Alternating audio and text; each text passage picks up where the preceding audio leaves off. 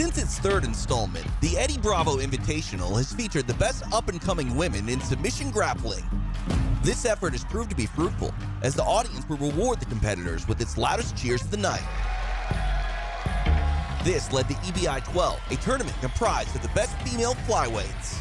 There, we saw a young 18-year-old Erin Blanchfield make her way through the sport's top competitors, minting herself the first EBI Women's Champion. Earlier this year, 16 women from all over the world met in San Diego with the goal of becoming the first ever EBI Women's Bantamweight Champion. On this night, the ladies proved once again that they will steal the show with their own brand of strength, agility, and technique.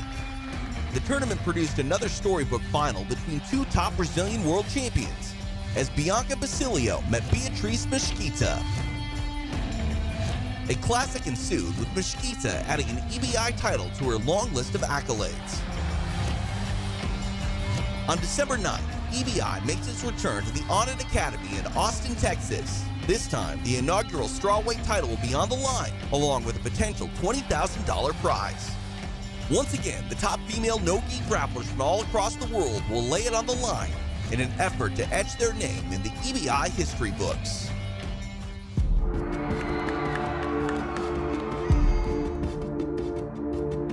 I competed at 125. At the same day, Eddie told me that he had plans to do the 115 in the future, like next year.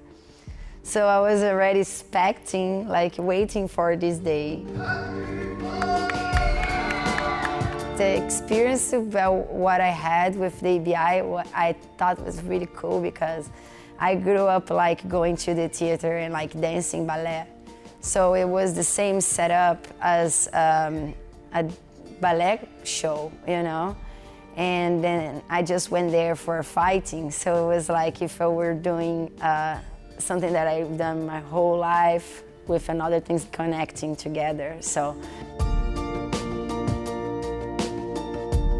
when it's a competition time, I think that doesn't matter how like anxious I get, the clock is turning and the time is gonna get there and it's gonna happen.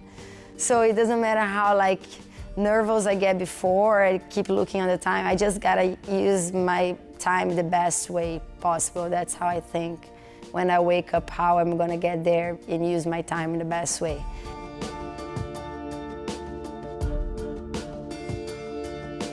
It doesn't matter like the rules set. I always try training for submissions at the gym, and every time I get in a bad spot too, I try think about that. How I still can like get off, and it's actually after I start to have this mindset, it helped me a lot in other tournaments, even when they're like point-based, with all these tournaments coming and EBI and submission style, and I like it. So I could say that I do it all year long. It's not like a specific camp.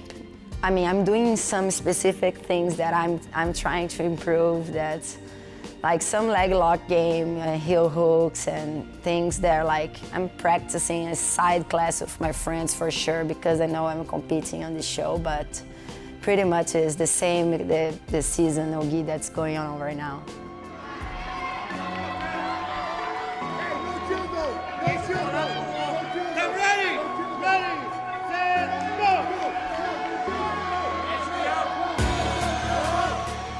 First step in the game, you have all these ideas. Oh, if you go to overtime, you better choose the arm, you better choose the back, oh, you gotta do this, you gotta not get tired. No, you gotta go hard and finish first. So there's so many like ways to see the game.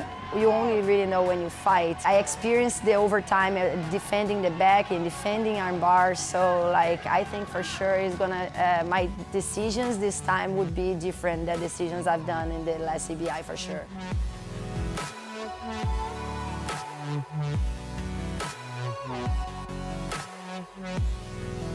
Even I feel like that's my division, and I feel like I have to win, not I have to win, but like I have to win. But I am going more for enjoying the game. I want to play the game, see how it's gonna work there.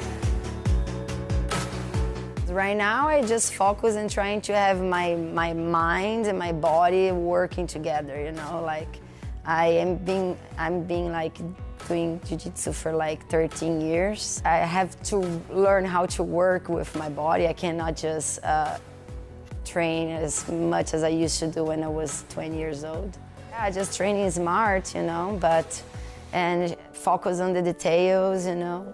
By teaching, it helps me a lot, like adjusting positions and not missing the opportunities, you know, sharp game, and yeah, pretty much training this way, it helps me to go around the body issues, you know. I don't have any big injuries, but it's just the time.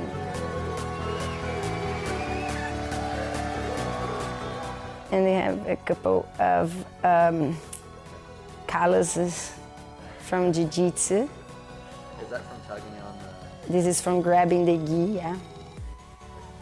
They're big. This is the wave, and this is a star. It's like the sky and the ocean, and then how life is.